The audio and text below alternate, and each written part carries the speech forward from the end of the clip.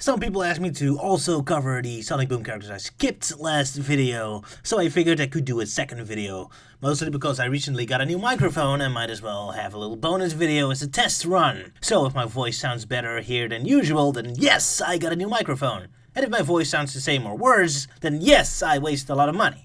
So last time I talked about confusion disrupting the Sonic universe with so many incompatible interpretations of the cast. So confusing that even the freshly new Sonic Boom reimagining that's been painstakingly constructed from the ground up is still hopping between two contrasting ideologies. But I skipped over Eggman, Tails, and Orban and Cubot mostly because their descriptions are pretty close. And I skipped Lyric because who cares? And nevertheless, might be interesting to look at the evolution of Tails and Eggman and where they are now, intended or not. Tails and Eggman might be correctly described, but it's still interesting to see where they all stand. After all, despite Sonic Boom being a spin-off side series, there's a surprising natural evolution to their changes. Hence this video. Let's complete the roster, I guess. Now, before I start, I got the usual you're overthinking this, it's a children's cartoon messages again. Keep in mind, I'm mostly exploring Sonic Boom in order to see what it means to the Sonic franchise in general, not to judge Sonic Boom by itself. This is not a review or judgment of that show, this is entirely from the perspective from what it means to a potentially new big Sonic anniversary game next year. The show may not be intended for me, but that game most definitely will. Well, at least I may hope so after being alienated for half a decade now. So whatever, I have equal amounts of positive and negative observations and jokes about the show, but in the end it doesn't matter. The show is what it is, and I don't care either way. I just want to get my observations straight. Also, I must say it's a little offending to say things like this show is just for kids. Thinking about it is wrong. See, there actually are adults watching the show, so you're kinda indirectly insulting them and calling them children. I mean, personally I don't care either way about the show, but you know, a big portion of Sonic Boom fans are adults. It's a family show. The whole family can enjoy, not just children. So be respectful to fans of the show. At least I respect the adults enjoying this show by representing a mature perspective on what the show is accomplishing, positively and negatively, while you're degrading anything of intellectual worth of this show as meaningless gibberish for children. Very offending to the creators of the show and adults watching it. Not that I'm against offending people, I do it all the time, but then again, I'm not masquerading as a social justice warrior. I'm more than happy to call myself an asshole. But enough, let's get to the point. Orbot, Cubot, pretty much said it before and I'll say it again. Big improvement. I greatly appreciate they're finally under Eggman's thumb and his victims again. Eggman took such an enormous fall from dignity and impact that he went from evil industrialist, air fleet commanding dictator to, well, what basically amounts to your drunk uncle farting around in situations way over his head. So that making his own robots even assault him felt like overkill. And since the heroes and civilians of modern Sonic and Sonic Boom treat Eggman like he's just a smelly guy on the bus, rather than a dangerous terrorist, he needs all the rare moments of dignity he can get. But now, in Sonic Boom, Orbot and Cubot are finally his victims. They fear him. And even though while they do betray him and join Sonic every 5 episodes or something, they usually do it in the Doctor's best interest, so fair enough. Big improvement, I prefer him that way. Orbot is at his best when he's the tortured butler, forced to go along with his boss' stupid plans despite his own interests. Which is mostly how he was in Unleashed, not Boom, but close enough. Tails had an interesting evolution. Starting as Sonic's adorable cute little brother, trying hard to be on Sonic's level but usually tripping you up in the games, he was treated even more as a child in the comics and cartoons at the time. If he's lucky he can go along with Sonic, but if he tries anything on his own, it always ends bad, with him getting a lecture in the end. Listen to your parents, do what you're told.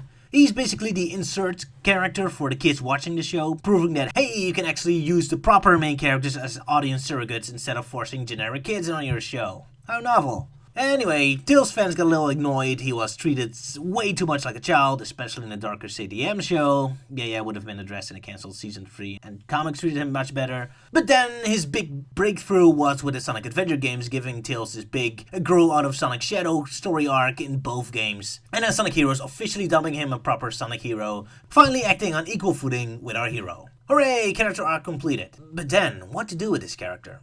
Focusing on his tech abilities, he became this smart guy. And that's it, he's just a smart guy, not doing much other than explaining stuff. So then we got to Sonic Colors, the first game in a long time without a cast of thousands and an epic plot, so our new friends, writers Pontek and Graf, had to figure out what to do with him. In the end, they settled with a combination of old and new, upholding the smart guy skills and equal footing with Sonic, despite not actually participating in the action anymore, but in reviving his old character arc of trying to outgrow Sonic and becoming respected on his own turf.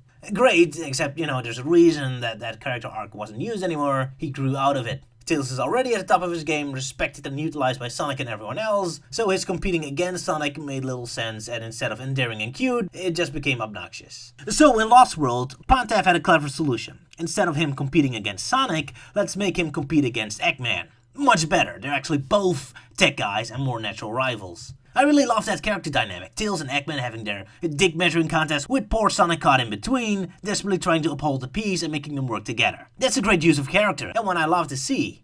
Tails and Eggman competing, poor Sonic stuck in the middle. Unfortunately, while the Pontaff gang is great in coming up with smart ideas, they're absolutely horrible in actually making those ideas work in a narrative. So this potentially great idea fell apart because of several reasons. Not only were we never properly convinced Tails and Eggman really needs to work together, so this feels forced. Then there's the fact Tails is constantly hailed and described as the almighty god of tech, constantly showing off and bragging, while Eggman is mostly farting around being insulted and screwing up. So watching those two compete hardly feels like a Clash of the Titans. Hey, psst, Pontaff, usually it's the villains that are overpowered and the good guys that are clumsy and out of their league. That makes us root for them.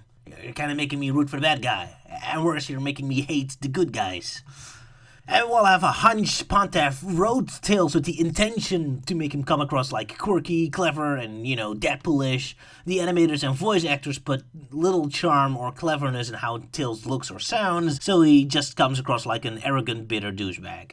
And on top of that, Tails is still competing and fighting with Sonic more than with Eggman, and Pontaff put so many other ideas and plot twists in the story that this potentially fun character dynamic completely collapses and goes nowhere 2 cutscenes later. So yeah. I love their idea, but the execution is a disaster. Then comes Sonic Boom. Once again, Sonic Boom has a fantastic idea.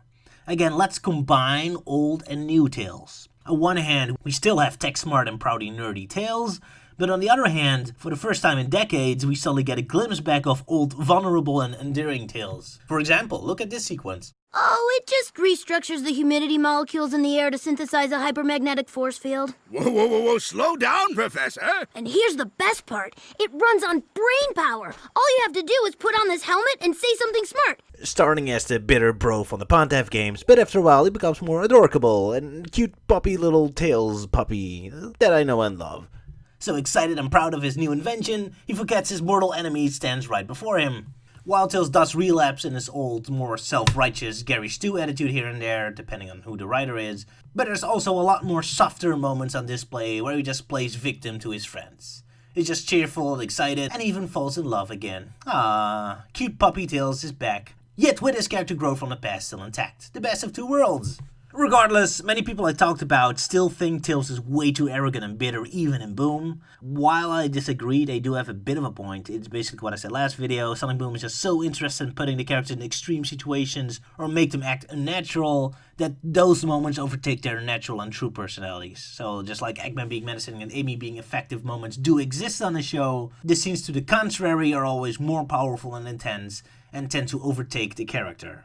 Though with Tails, I'm not sure. Tails is a pretty soft character on the show anyway, and barely takes the spotlight even when he has a starring role, so it might also just be that his new Boom attitude hasn't quite washed away his Pontaff personality. Not helping that his Pontaff personality also literally leaked into Sonic Boom itself, because of Shattered Crystal, so yeah, hit and miss. Nevertheless, I see improvements in Tails that I very much appreciate, so he's on the right track again. I approve! Lyric. Does anyone care? Competitor to most Sonic fans is the most boring villain, together with Dark Boom, to which I disagree. Dark Doom is way more interesting, for one by association. He's more closely connected to the central lore and big chunk of the cast. Not to mention I personally have a soft spot for him because he's so funny. I'll tell you a secret truth you seek. It's humans. Humans are smelly and stupid. Kill them all, I hate humans. Ah!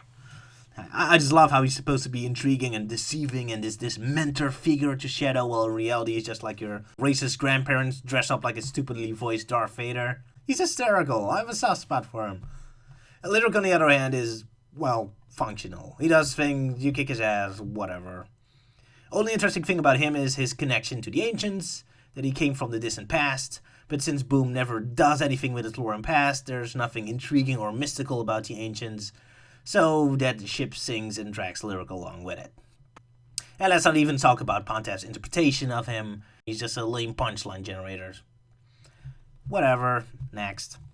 Eggman, the big one saved for last. Being the main villain and the most utilized character of Sonic Boom, how much you enjoy this incarnation of Dr. Eggman is a huge indicator whether you like the Sonic Boom TV show or not.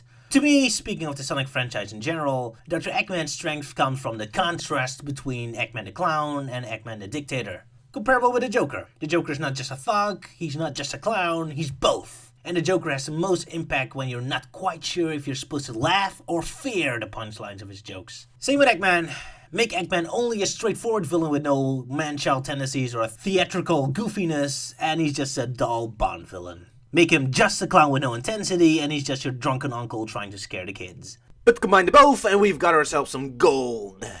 A big child craving for attention and turning the world into one big theme park. Something you would laugh at if he wasn't destroying all wildlife and your hometown in the process.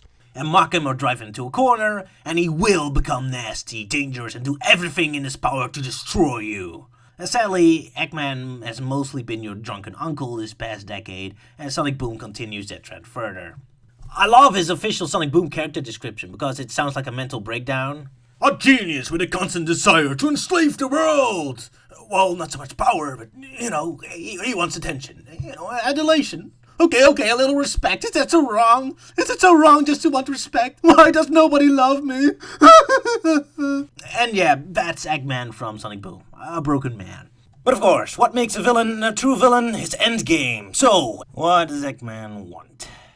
By robbing the village of any source of fun, the citizens will become sad, dry husks and will pay huge fees to enjoy my new amusement park.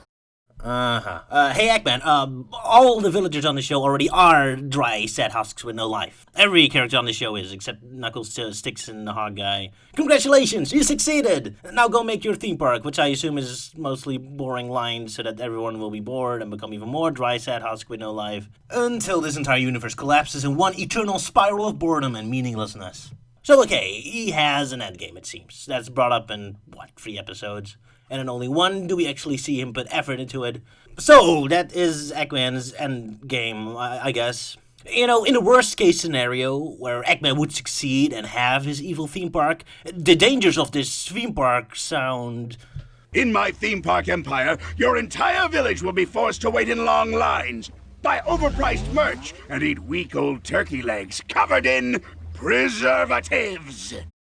Ooh... So, sounds like a normal run-of-the-mill Sonic Boom episode to me. Greetings, citizens! I created Eggman Land! Sonic, wake up! We need to go to Eggman Land! And then Eggman Land is just one big queuing line that goes nowhere, and Sonic is bored and falls asleep. And then one of the theme park robots goes crazy, and Eggman's like, Sonic, wake up! I need your help to stop the robot! And Sonic's like, okay, I guess we're best buddies now again. But the only way to get to the evil robot is by finishing waiting in line. So Sonic's bored again and falls asleep, and Eggman wakes him up. Hey, Sonic, wake up! Hey, when this is over, will you take Amy to the loft tunnel? And all Sonic Boom watchers are like, oh my god! Finally evidence that Sonic and Amy are an official couple! Oh my god, oh my god, oh my god, oh my god! TV tropes, heartwarming moment! Sonic grew bored and fell asleep when Eggman mentioned Amy. Oh! Must upload every frame of animation on my DeviantArt account!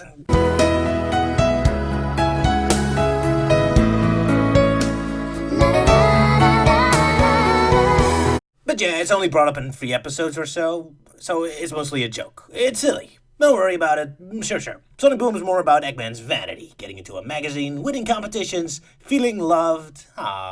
Which is fine. Comedy for kids, too busy being silly and random, and it's more about Eggman's pranks and any kind of tension. Sure, fine. So anyway, there's this really funny joke where Sonic and Eggman have to make appointments in their agendas for the next attack. Like it's just a business formality instead of an adventure. It's funny because it's silly and out of character and random. A little one-off joke that puts a twist on their typical hero-villain attitude. You're not supposed to think too much about it. It's just a one-off random joke. Amusing. Then there's another funny joke where Eggman just attacks Sonic and friends without any motivation, just because he has to attack them from 9 to 5 every day, like it's an office job. It's funny because it's silly, random, and putting a unique twist on their typical interaction. Oh, and there's a funny joke where Sonic and friends refer to battling Eggman as a shift, and we even see them clocking in and out, like it's just an office job. It's funny because it puts a unique twist on their typical interacting. Then there's a joke where Eggman calls into Sonic's answering machine about his attacks. It's funny because it puts a unique twist on a usual interaction by portraying it as a regular 9 to 5 office joke. Okay.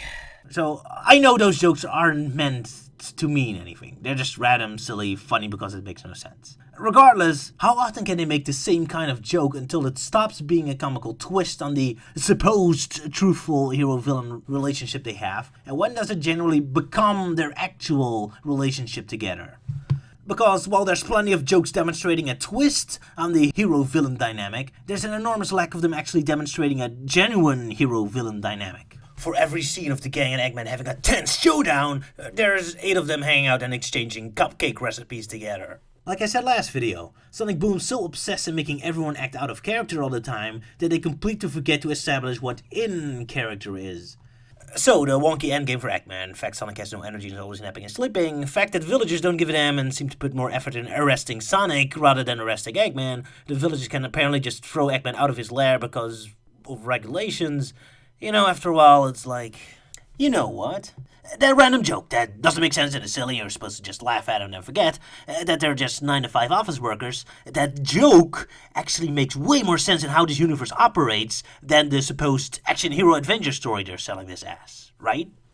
Seriously, as soon as you watch this show but you drop the idea we're watching heroes and villains, but instead we're watching office drones, as soon as you do that, all the puzzle pieces immediately fall into place. The fact that nonsensical government regulations are a bigger threat to both Sonic and Eggman than weapons. The fact that villagers treat dangerous terrorist Eggman like he's just a smelly but otherwise harmless citizen.